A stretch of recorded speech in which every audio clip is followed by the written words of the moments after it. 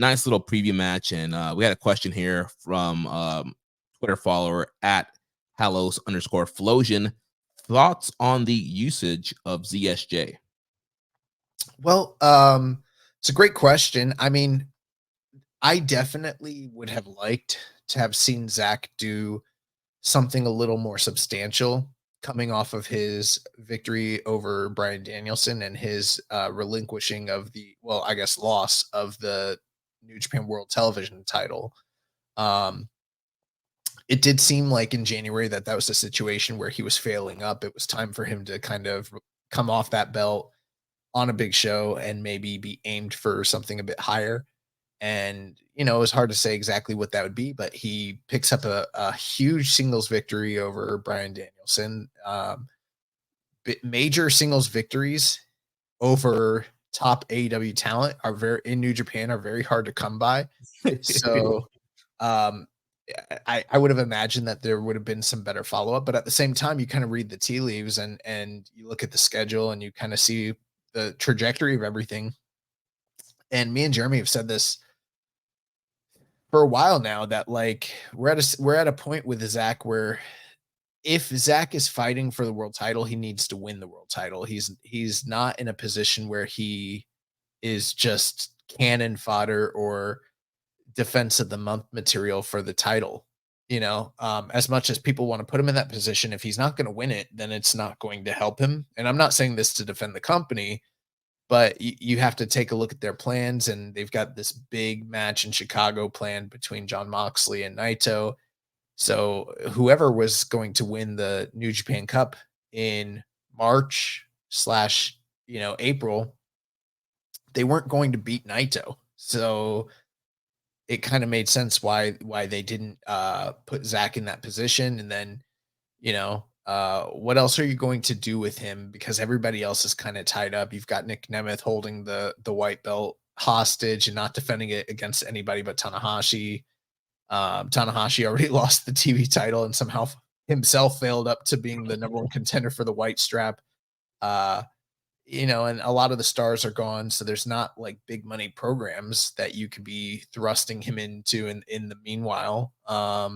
It's just we're in a very precarious time, and it's kind of weird. It is weird usage. I do admit it, but I think a lot of people want him to be pushed as the foreign ace of the company, and maybe that is still coming, although it sort of feels like they're gearing up David Finlay more for that than Zack. I don't know why, but it's a little perplexing, but I also see why they haven't gone, because for better or for worse, New Japan and more so Gato, they're handcuffed to the booking, patterns that he has crafted for himself.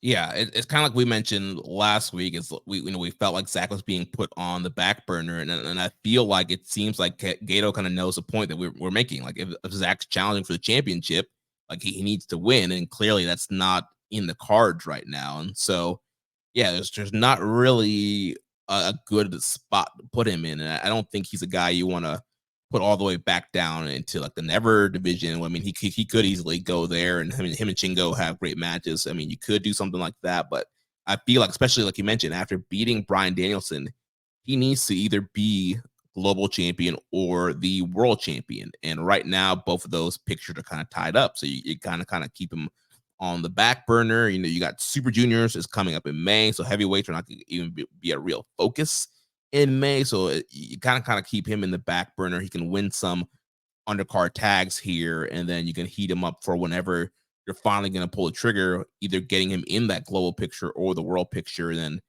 he has a TV title match coming up with Matt Riddle this Friday at Windy City Riot, and we'll give our predictions for that show. But I mean, we talked about it last week. They could go a 15-minute draw there to protect him and not have him lose, and then you kind of keep him hot for when you pull the trigger. Yeah, I think the bigger question isn't how he's been used thus far. It's going to be how he's used down the road. Are they going to go to bat for him? Are they going to strap him up? Are they going to put him in the main event? And they should, but I'm not 100% confident or sold that that's where we're going with this. even though it felt like that in February. Yeah. Yeah. I do feel like he's a guy that you can do a big main event with him in a title match. Like, I feel like, he could be a guy that could be the one to beat John Moxley if they don't want Shooter to beat him, or you can put him in that title match at Forbidden Door or Dominion or one of these other bigger shows in the fall. So I think he definitely has the star power. He has the credibility. Like you said, are they actually going to do that? Devil's advocate here. I know that we're really, both you and I, it's very clear we're convinced that, and let's not make any bones about it. I'm a John Moxley fan. I know you are. I wouldn't say he's my guy. Is he your guy? He's not my. I want to say he's like my number one favorite, but I like him a lot. Yeah, I like him a lot too. But just to be clear, we're not like saying he's going to win the title because it's like that's our fucking dude, and we're rallying for him, we're pulling for him. I think that that's what's happening for business reasons. Like that's the prediction we have. If we're wrong, we'll own it. But I feel pretty confident that that's what's happening. If it's not, and let's say Naito retains, which he might, um, maybe him and Zach in California makes a little bit more sense. Maybe that's something we could do. Or maybe Zach could be the, you know, G1 winner, be the first Gaijin winner since Kenny Omega. Or maybe he would be even able to take that belt off Naito, say Dominion time or Forbidden Door time. And maybe something like that, like him carrying it into the G1 would make sense. I don't know. But Yeah. I don't feel confident that, I'll just be honest with you. I have never felt confident that Zach is going to, not because he's not capable or deserving of it, because I think he's an incredible talent and I think he's a guy the company needs to invest in. But I don't see him as somebody that the company is going to put the title or give the G1 to and then have him go into Wrestle Kingdom to challenge for the title. I just don't think that's in the cards for him. So I think his best shot is to win it either before or after the G1 and not like winning the G1 and then going to the Dome and winning the title. I don't think that that's a scenario that's realistic for him just based on the way the company sees him and the way they book foreign talent. Yeah. I mean, they've had opportunity to kind of do stuff like that for him, and they haven't yet. I don't think they see him as the type of draw that they can count on to headline the Dome in that sort of manner. Maybe if we were doing like a 2 night, you know, um, double gold dash sort of situation, possibly, but we're kind of out of that phase in that era now. Like you said, the white strap, I think that that's a very realistic possibility. Right, But especially since the white belt's supposed to be, that champion goes and fights the world, and Zach does travel. He goes to America, he goes to Europe, he goes to Taiwan, Thailand, all these different places that they're going to. He would be a great person to take that title and defend it globally. I would love to see Zach defend the white strap on the soft ground.